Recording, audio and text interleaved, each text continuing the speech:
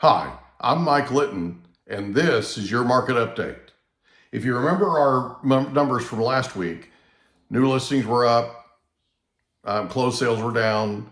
We talked about the effect of interest rates on all this. Median sales price was up, average sales price was up, percentage of price received was up, obviously 100.7%. That's incredible. Housing affordability was actually down 13.3%. Months of supply were at 1.5 months. That's going to change. There's the yearly, if you remember the 50-year chart of interest rates. And then this is last year. This is what it looks like today. We're at 7.37%. Now, if you remember last week, we were at 7.38%. We're going to talk about that here in a second, but look at what happened, you guys, in the last month. This has been quite a roller coaster. It's trending this way, but see that very end that dip at the very end? We're going to be talking about that today because we have some news to cover. So let's talk about this. Here's your weekly snapshot. Now, I hope you're sitting down for this because this is insane. So the actual number of properties on the market is not that amazing. It's up 5.1%. But look at the numbers. Look at the number of listings, new listings. 1,651%. So 1,651 is up 189% over last week. Last week, you guys. 2,350 versus 22. So pendings were up 2.21%, which means that there's a lot more inventory on the market now. And we're going to talk about why here in just a second. So here's what happened. Yesterday, CNN came out with remember the consumer sentiment numbers? These were insane. And by the way, these are probably going to get better. And then we've talked about quantitative easing before. And back before 2018, in 2008, the Fed started a thing called quantitative easing. And what it meant was they were specifically buying bonds. And they were buying bonds, mortgage-backed securities and bonds, taking them off the bond market. So basically cornering the market for bonds. And what that was doing was if you have a finite supply and you take a portion of that supply away, what happens to the price of the rest of the supply? It has to go up, if you remember Econ 101, right? So if the price of that supply is going up, if the bond price goes up, what happens to the yield? It drops.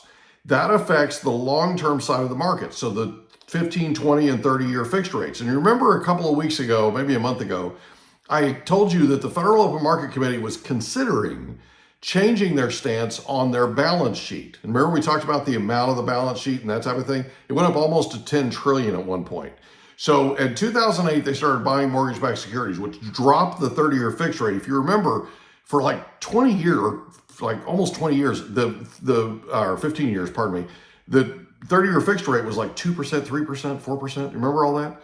That was because of this quantitative easing. It was because they were buying these bonds, which drove the price up and drove the yield down, and 15-year, 20, and 30-year fixed rates follow those yields.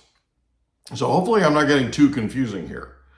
So they do all that, and that's happened over that time span, right? So from 2008 up until 2016, you have a guy by the name of Donald J. Trump that runs for president and wins. His platform was he wanted liquidators in the Federal Reserve. He wanted the chair and the vice chair, which he was in control of as president, approving. He wanted what are called liquidators, balance sheet liquidators, in the Federal Reserve, running the Federal Reserve. Well, here's the thing. In March of 2017, I got wind through CNBC on a Sunday of a memo that went out from Goldman Sachs to their uber successful clients that basically said that they had it on good authority from inside the administration that Janet Yellen and her vice chair at the Federal Reserve were not going to be renewed because they were not liquidating the balance sheet. So right after that, apparently Janet Yellen and the rest of them were listening, right? And so they went out and they created the next Federal Open Market Committee meeting this was in March. Next Federal Open Market Committee meeting was in May. So in that meeting, they put together what's called the Balance Sheet Reduction Program. And it was implemented starting June 1st, okay? And one of the things that I told everybody, and if you were following me, you heard this, back in 2017 was interest rates are, 15, 20, and 30-year fixed rates were going to go up because they were going to be selling those bonds off. They were going to be reducing that balance sheet that they had at the time that was just under $5 trillion, $4.98 trillion. So they started doing that. What happened? The next year, interest rates went up and sales took a fall. In fact, in the fourth quarter of 2018, new home sales in San Diego or in Southern California were down 50%, 50% over that time the previous year. So the fourth quarter of 2017. Pretty scary, right? Everything just kind of went to a halt in terms of real estate. And it was because interest rates shot up. Okay. And out here, especially out here, everything's about affordability because prices are so high in relation to what people make. Okay. So that happens. And then all of a sudden, the Trump administration realizes that what he ran on was actually running real estate in the ground. So they switch, they do an about face. And now the Fed decides that they're going to go back to quantitative easing. So they go back into quantitative easing, start buying bonds again, and that lowers interest rates back down. Now, one of the things that happened was when the Biden administration took over, they didn't care anything about liquidating the balance sheet or quantitative easing or that kind of thing. They just started all kinds of inflationary regulations. They started all kinds of things that were basically anti-energy, anti-fossil fuels, all that kind of thing, which drove up the price of energy, which then made everything inflationary, right? Then we had a whole bunch of government spending that came from the Trump administration, and also from the Biden administration, a whole bunch of government spending that added to the inflation problem, okay? So the Federal Reserve starts raising short-term interest rates because they have a problem with inflation. If you remember, they're trying to get inflation down to 2%. That's their target rate. Well, right now, it's right under 3%, okay? So they're not able to cut short-term interest rates or the overnight rate, what they call the federal funds rate. They can't cut that right now because they're not at that number. What they did was, and let me back up for a second, I apologize. During COVID, they went back to quantitative easing. They ran up the balance. If you remember from a few weeks ago, we talked about this. They ran up the balance sheet to almost $10 trillion, okay? And what that did was dropped interest rates. Well, dropped interest rates, and if you remember, real estate took off after COVID, after the shutdown. Part of it was people were uber motivated because they've been climbing the walls for 60 days. They were uber motivated to actually go out and buy a house and buy something bigger. Plus, interest rates dropped because of this quantitative easing. So when the Biden administration comes in, the Fed starts quantitative tightening. They start actually selling those bonds off, right? Which drives up interest rates. And if you notice, interest rates, 15, 20, and 30-year fixed rates went up dramatically. And it started June 10th of 2022 was kind of the D-Day, if you will, when everything really shot up. Well, it was because of all this quantitative tightening that they were doing where they were selling those bonds off. Okay, so that quantitative tightening has continued because they've been fighting inflation on all fronts. They've been trying everything they can do to fight inflation, but they've got the Biden administration up for re-election. So the Biden administration is putting all kinds of pressure on the Fed. They won't admit it, but they are. They're putting all kinds of pressure on the Fed that they want short-term interest rates cut. Well, the Fed can't do that. They're literally in a vice. They're in a quandary because they literally have their target for inflation, and where inflation is, those two numbers are not together. So they cannot cut short-term interest rates. So here's what they did. And I don't know if you saw this, but there was an article that came out in CNN, okay? I'm gonna read it to you. Here's the title. The Fed announced a big change today. This is yesterday's Federal Open Market Committee meeting. The Fed announced a big change today. And no, we're not talking about interest rates. Well, all deference and all due respect to CNN, they're wrong. What the Federal Reserve has decided to do starting June 1st is they've decided to pare back their quantitative tightening. What does that mean? Well, it means they're not going to be selling bonds off of the balance sheet at the same rate. So they basically have cut it more than half, okay? Now, what does that mean? What does all this gobbledygook mean? Here's what it means. There's going to be downward pressure on 15, 20, and 30-year fixed rates. Though that downward pressure is going to be happening gradually over the next few months. The idea behind it is the lower Fed fixed rates go, 15, 20, and 30-year fixed rates, because that's 87% of all the purchase loans that are done in owner-occupied residential real estate in the U.S., 87% are fixed rates, 15, 20, 30 year, okay?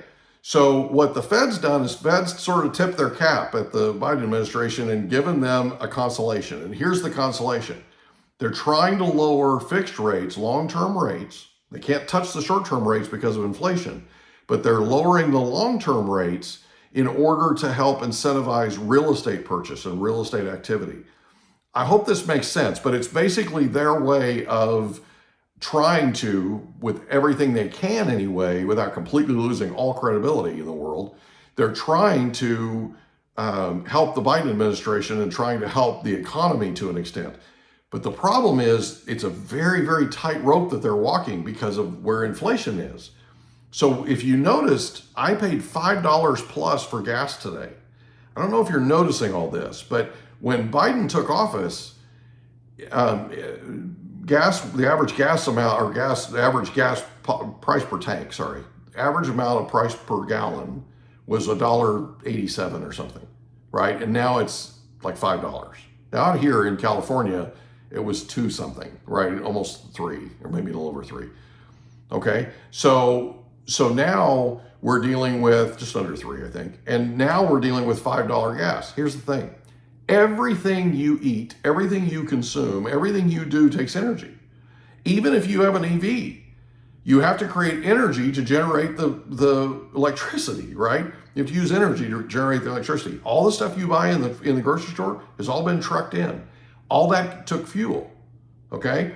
So when you start passing regulations that are anti-energy and you're anti-fossil fuel and you want fossil fuels to go away, and you start railing against the energy companies and all that kind of thing. Energy companies have hundreds of billions of dollars on their balance sheet. They do not need to produce energy, especially when the administration is against, the current administration is against fossil fuels. They'll just wait because they can, right? You and I don't have that option. They don't have that luxury, but they can wait. They can just kind of hang out, and they can wait until they have a friendlier administration with regard to fossil fuels and energy, okay? And that's part of the reason why inflation's gone up so much. But don't misunderstand me. The Trump administration had a whole bunch of spending they did, I'm talking trillions, to try to get us back on track after the COVID shutdown. So this started with the Trump administration. It was carried on with the Biden administration, and then you couple that or triple that, whatever, put it together, with energy cost. And what that does is that creates this inflationary environment that we're in, and it literally handcuffs the Fed. So what the Fed's doing now is they're trying their level best, whatever they can do without completely losing face, to try to lower the long-term interest rates in the market. I hope that helps. If you have questions, just give me a call. I'll be happy to walk you through it. And then that's what the balance sheet looks like now. It's not going to look like that coming up, because they're going to be reducing it slowly. They're slower than they were. Because remember, see that dip right there? See that dip right there? Okay. That dip right there is part of that quantitative tightening, right? Quantitative easing runs this up. Quantitative tightening, there we go. Quantitative tightening runs it down, okay? So hopefully that helps you. If you have questions, just call me. We can go through it. But anyway, the long and the short of it is there is that coming. So what does that mean? It means that it's going to be more affordable coming up, right, to buy real estate, which means real estate should pick up in terms of the actual purchase of real estate, because, and I don't know if I shared this with you, but Alan Nevin, who's one of the top economists in the nation, used to be on my radio shows. He's been on my podcast several times, or 3 times now. Alan is a good friend, and Alan basically told us that if nothing else changes in San Diego County, every time the 30-year fixed rate goes up by 0.25% to the rate, there are 23,908 San Diegans that can't qualify to buy anymore. So if you can imagine this, we're up 4 points. Okay, so that's 100,000 people per point, you guys. So there's 400,000 people right now in San Diego County that can't qualify to buy. So as interest rates drop, every quarter that they drop to the rate, another 23,900 plus San Diegans are able to buy. So that puts more buyers in the pool, if that makes sense, that can actually qualify. Hopefully that helps. Okay. Now, on to this. We have an open house coming up this Saturday from 10 a.m. to 5 p.m. at 1194 Berry Place. If you want more information on this property, give me a call, or you can visit 1194berryplace.com. That's 1194 BARRY place, PLACE.com. This is the property. It's absolutely gorgeous. This thing is such a show place. It's 2.5 years old, and it has tens of thousands of upgrades in it. And it was actually designed, the interior was designed by a professional interior decorator who happens to be the mom of the husband. So this is what the family room looks like. That's a electric fireplace, you guys, that actually has a heater. They added all this, so all this has been added. All this is storage, and this was all added. All that is upgrades. And the flooring is incredible. I mean, it's upgraded. Then see this wainscoting? That was all upgraded. See the backsplash? That was all picked out professionally. See this kitchen? It's absolutely gorgeous. I mean, they picked everything perfectly. This thing is an absolute showplace. That's what the kitchen looks like with the dining area. This is the primary with views, gorgeous views. This is the This is the primary bathroom. Okay, not bad, huh? They really did a great job with this, you guys. You should see the laundry room. Laundry room has like designer tile, and it's really nice. So are the guest bathrooms. They picked everything perfectly. And then this is the backyard. It's completely private, yet it's got views, right? And this is actually the covered patio. So it's really, really nice. This place is a show place. Open 10 a.m. to 5 p.m. this coming Saturday. It's at Canopy Grove, which is the newer homes that were built by Lennar on the old El Camino Country Club golf course. Okay. And we're going to be open from 10 a.m. to 5 p.m. Come by. We'd love to see you. And then also the podcast. So the podcast this weekend, the Mike Litton Experience, will surpass, are you ready for this? 200,000 listens. Right now, it's Thursday, May 2nd, as we're taping, and we're at 198,224. Thank you for all of your support. We're over 100,000 downloads. Absolutely incredible. We're in 37 countries, and we're on 100. We're going to do episode number 190 tomorrow morning.